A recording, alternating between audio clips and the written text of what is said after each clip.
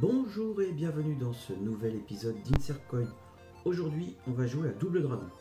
Alors, si vous aimez ce genre de vidéo, merci de liker, commenter, partager, vous abonner. Et Double Dragon, c'est parti maintenant.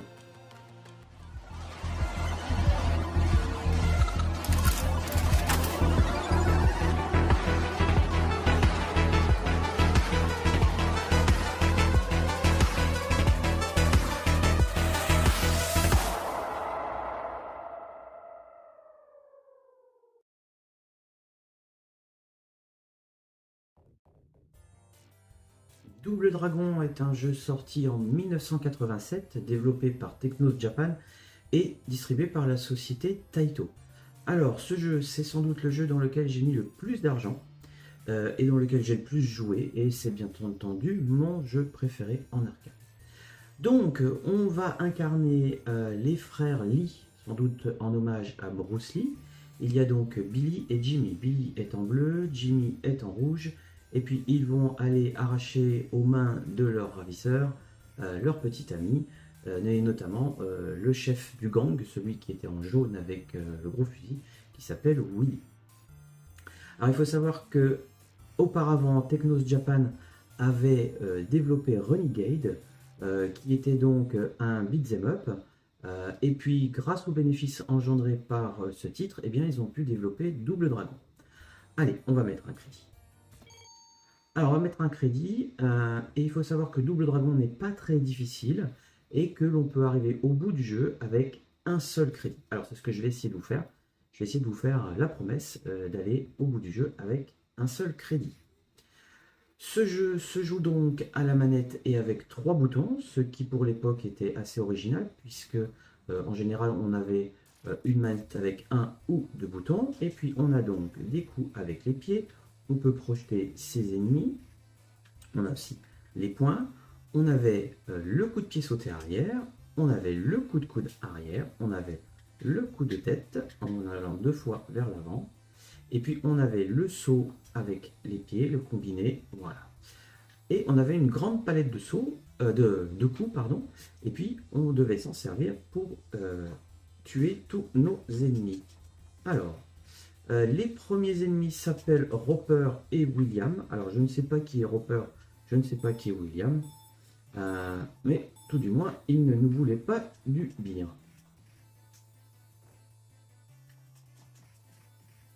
Voilà. Très bien. Et puis le dernier. Voilà. Donc on quitte le garage pour aller retrouver les ennemis directement dans la rue. On pouvait aussi monter aux échelles et se battre sur la corniche qui est là-haut. C'était pas une très bonne idée puisqu'il va y avoir Lindarba qui va m'attendre avec son fouet. Alors on va déjà faire le ménage avec lui. Et puis on ira s'occuper de Linda et de Abo, qui est le gros sous stéroïde.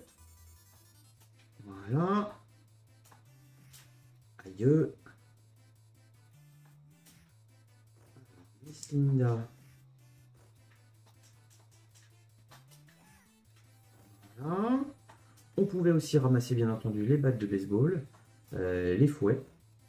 Mais c'est quelque chose que je ne fais pas trop, pour la simple et bonne raison que ça limite en mobilité, et puis on n'a plus accès au coup de coude.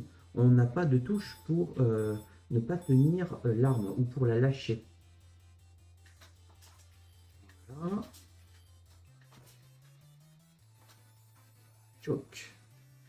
Et on arrivait donc au boss de fin du premier niveau, qui s'appelle Abobo, qui a une furieuse ressemblance avec Mr. T, acteur qui a joué dans Rocky numéro 3, l'œil du tigre, ainsi que dans l'agence touriste ou A-Team en américain. Voilà, c'était la série kitschissime des années 80, avec des Kalachnikov qui tiraient 15 000 cartouches sans jamais toucher personne, à part bien entendu les voitures. Donc nous voici à la mission 2, notre vie est régénérée, et puis on peut s'occuper des protagonistes suivants dans cette usine. ou bien entendu, il faut faire attention de ne pas tomber dans le trou.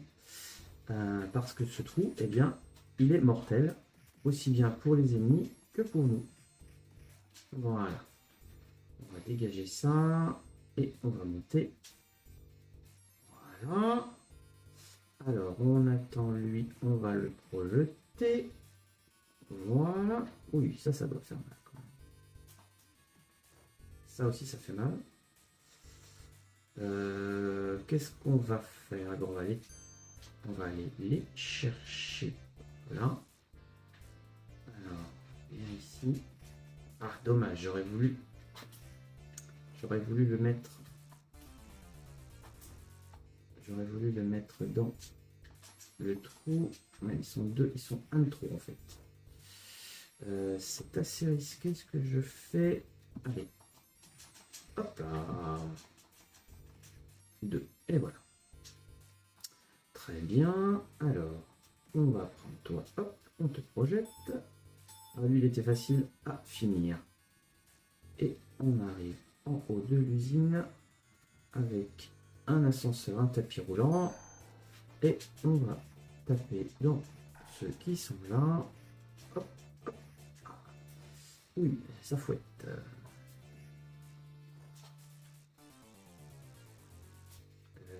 Linda, je ne t'aime pas.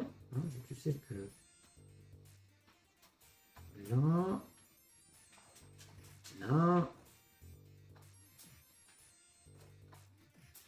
bien, aïe, voilà, tac, hop, et il en arrive une deuxième vague.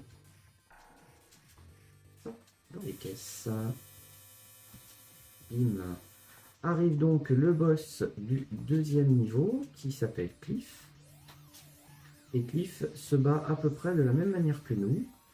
Oula, je vais perdre une vie bêtement si je ne fais pas attention. Alors, il se bat de la même manière, il a exactement les mêmes coups que nous. Et puis, il ne faut pas trop chercher au départ à le saisir pour lui donner des coups de genoux parce qu'il se libère. Donc, c'est tout bon à prendre un coup de coude en retour ou un coup de pied sauté arrière. Donc, voilà, la méthode la plus sécure, c'est de faire de cette manière pour pouvoir le tuer. Bien entendu, à la fin, quand il commence à être bien fatigué, on peut le saisir et le projeter. Voilà, fin de la mission numéro 2. On arrive à la mission numéro 3. Donc notre vie est régénérée. Et puis on va pouvoir continuer.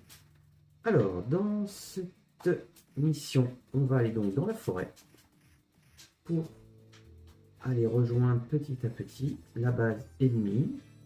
Alors, bim. Je voudrais, oui, paf, et dans le trou. Il y a un trou en fait. Il y a un trou qui, il y a un bug, je pense, dans le jeu. Et il y a un trou ici. On ne peut pas y aller, nous, mais on peut y faire tomber nos ennemis. Donc, quand on pouvait les mettre au bon endroit, eh bien, on pouvait rapidement s'en débarrasser.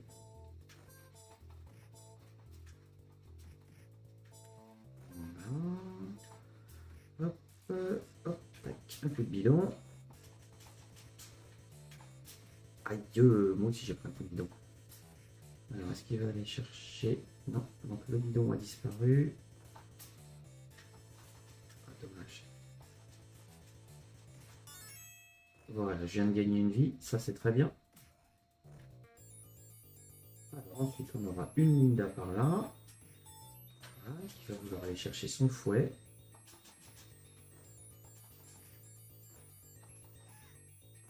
Voilà.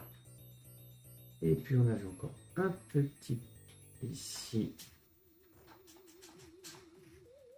Très bien. Donc on pouvait jouer en coopératif, bien entendu, hein, on pouvait jouer à deux. À noter qu'il fallait quand même faire attention parce qu'on pouvait se taper dessus. Hein. Et c'était pas du fire friendly. Hein. On pouvait bien entendu. Alors, ouf, au vol. Alors, ce jeu a eu beaucoup de succès, à tel point qu'il a même eu droit à une adaptation au cinéma en 1994.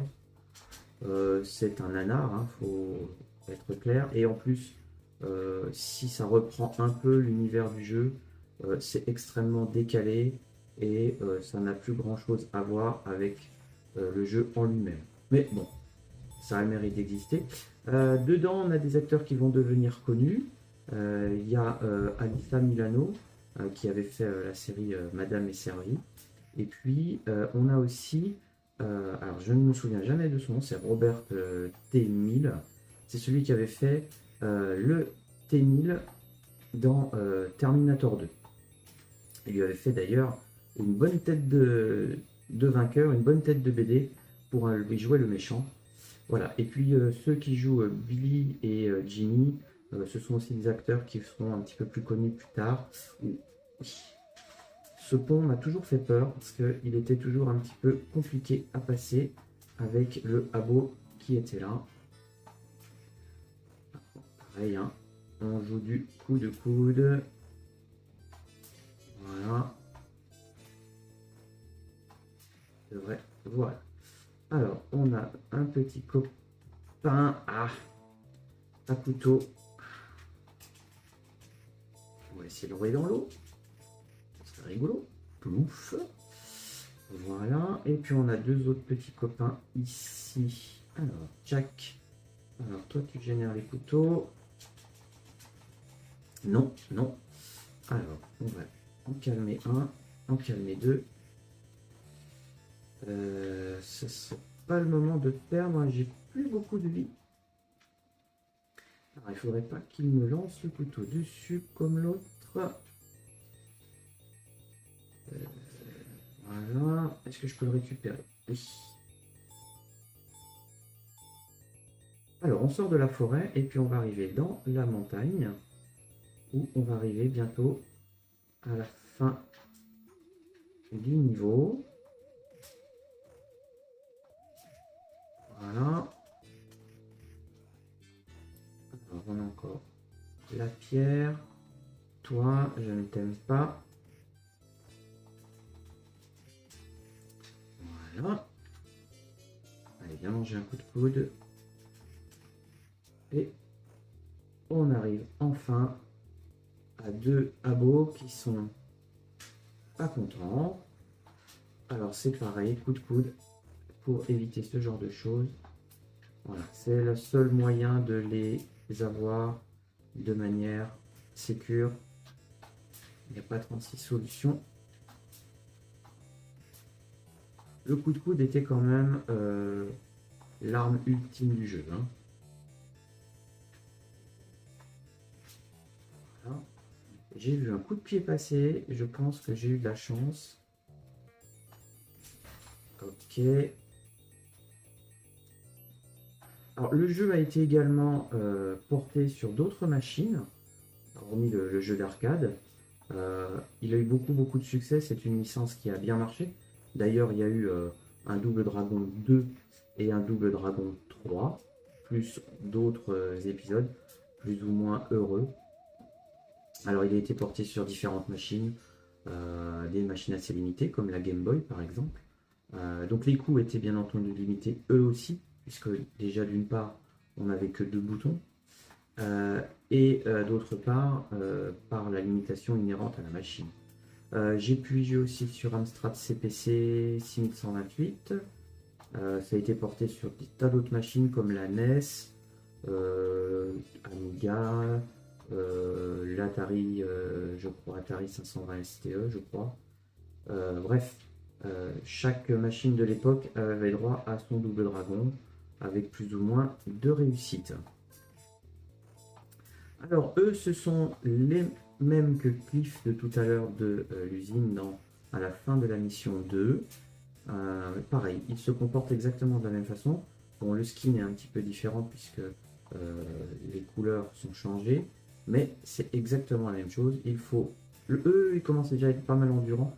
Il leur faut 12 coups de coude pour les défaire. Alors lui, il saute, boum, on le cueille au vol. Voilà. On va prendre la pierre pour la jeter, on n'en a pas besoin. On va prendre celle-là qui va nous servir à écraser un des punks plus un Roper Williams, je ne sais jamais. On va l'appeler Roper Williams, comme ça on sera tranquille. En tout, dans ce jeu, il y avait 7 types d'ennemis différents. ce qui était assez bien pour l'époque. Je vous rappelle, on est en 1987, hein, on est loin encore des machines extrêmement puissantes. Le jeu, enfin la borne d'arcade était uniquement faite pour le jeu. Alors, Abobo a pris trop de synthol, il est devenu tout vert.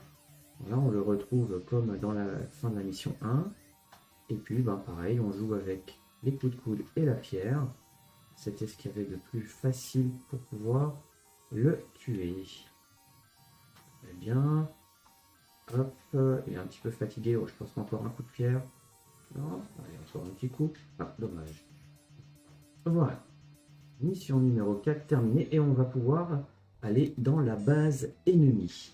Alors, dans la base ennemie, il y avait ce passage que je n'ai jamais trop compris, avec les pierres qui sortent du mur et qui nous tuent. Ainsi que les lanciers, ici, qui nous tuaient aussi. Bref, c'est très compliqué de savoir comment ils fonctionnaient, puisque... Oh là là, ça c'est pas bon. Voilà, un coup de coude qui va bien. Ah non, non, non. Alors, j'ai plus beaucoup de vie, heureusement, parce que j'en ai 2 d'avance. Un petit vol plané, on n'en parle plus. On va faire celui-ci également. Non, non, pas mourir maintenant. Je préférerais mourir sous les pics du lancier tout à l'heure. Alors, il va y avoir sur la droite 2 lanciers qui se croisent. Donc, si j'ai de la chance, eh bien, je passe. Si j'ai pas de chance, je passe pas. Et j'ai eu de la chance. Alors, eh ben, oui. Ah voilà, il n'y a qu'à faire comme ça. Voilà, il n'y a qu'à se tuer tout seul. C'est ce qui va le mieux. N'importe quoi. Ah là là. Bon, c'est pas grave. On avait des vies d'avance. Voilà. Alors là, nous avons droit à 2 Abobo qui sont pas contents et qui jouent à me faire voler. Il n'y a pas de mal. Vous voulez jouer comme ça? Pas de problème. C'est dans cette partie du jeu que j'ai découvert Double Dragon. Je me souviens, c'était à la plage. Ce jeu, je l'ai découvert un été. Ça devait être sans doute l'été 88 ou 89, je ne sais plus trop. Ce jeu, il y avait un gars qui jouait, et c'était ce passage-là. Il était en train justement de castagner les 2 Abobo. Et moi, j'avais été assez impressionné par la taille des sprites pour l'époque. Et puis le côté très agressif. Tout d'un coup, il fallait vraiment se bastonner, quoi. C'était des coups de coude, des coups de pied, des baffes, des projections. Voilà. Alors, je suis allé demander un petit peu d'argent à ma mère. J'ai fait une partie qui malheureusement n'a pas duré très longtemps. C'est comme ça. Ça fait partie de l'apprentissage. Et puis ce jeu, plus tard, je l'ai retrouvé dans le café qui était en bas de chez moi. Et là, j'ai vraiment claqué mon argent dans ce jeu de manière honteusement addictive. Et je pense que j'ai bien contribué à nourrir le monnayeur de la machine. Alors à l'époque, on pouvait faire une partie avec 2 francs. Si on mettait 5 francs, eh bien on avait 3 parties, c'est-à-dire qu'il y avait une partie entre guillemets demi-tarif. Et puis si on mettait 10 francs, on avait droit à 8 parties. Donc avec un de mes copains, on s'était pris d'amour pour le jeu, et puis bah, ce qu'on faisait, on jouait, chacun on mettait 5 francs, ça nous faisait la pièce de 10 francs. Et puis on pouvait jouer et faire 4 fois le jeu dans l'après-midi, ce qui nous prenait à peu près 2 heures. Voilà, on arrivait à faire 2 heures de jeu pour 5 francs, ce qui n'était pas très cher pour le temps passé. Alors on trouve la petite amie qui est saucissonnée à une corde. On va devoir donc tuer tous les ennemis qui sont là pour pouvoir la délivrer. Alors j'avance un petit peu, donc ça c'est la partie finale du jeu. Faut pas tomber en bas, hein, faut pas aller... sinon il y a les pics, hein, c'est pareil, on est mort. On va voir arriver un 3e punk qui va sauter par le balcon. Tiens, on voit le boss qui nous attend ici. Quand il n'y aura plus assez d'ennemis, il va décrocher sa pétoire et puis il va venir nous tirer dessus. Alors, tac. Voilà, j'aimerais bien toi que tu meurs. Voilà. Donc on va avoir, vous montrer. Voilà, il a pris son fusil. Et puis il va descendre. Bon, puisque je ne peux pas compter sur vous, je vais le faire tout moi-même. Voilà. Et donc l'idée c'est de surtout ne pas s'éloigner du boss parce qu'il va tirer avec son flingue. Et quand il tire, eh bien, il nous tue instantanément. Il n'y a pas de... C'est one shot. Hein. Alors, quand on était prêt, il donnait des coups de pied ou des coups de crosse avec sa pétoire. Mais quand on restait assez proche, il ne tirait pas. Il fallait surtout pas s'éloigner. Sinon, c'est le tir. Je pourrais être ambitieux et vous le montrer. J'ai plus beaucoup de vie. Il faudrait que avant de le tuer, parce que là, je pense qu'il a plus beaucoup de vie. Voilà. Donc voilà. Si il tire. Et puis, bien entendu, hein, on a beau être expert en arts martiaux, ça reste une balle de fusil. Voilà. Alors, je vais faire là. Alors, je vais essayer de... Ah, et voilà. C'est terminé. Et bien voilà, le jeu est à la fin. Nous avons droit à notre bisou. Et puis on peut encore voir sa culotte. Hein. Ah, les japonais, les culottes. A noter que si on joue en coopératif et qu'on arrivait à tuer le boss, eh bien un combat s'engageait entre les deux joueurs et c'est celui qui gagnait le combat qui avait droit à être embrassé par la jeune demoiselle. Voilà. Eh bien, je vous ai emmené au bout du jeu en un seul crédit, comme j'avais promis. J'espère que cette vidéo vous a plu, que vous avez apprécié jusqu'au bout. Et puis, je vous donne rendez-vous pour une prochaine vidéo. Et en attendant, bye bye!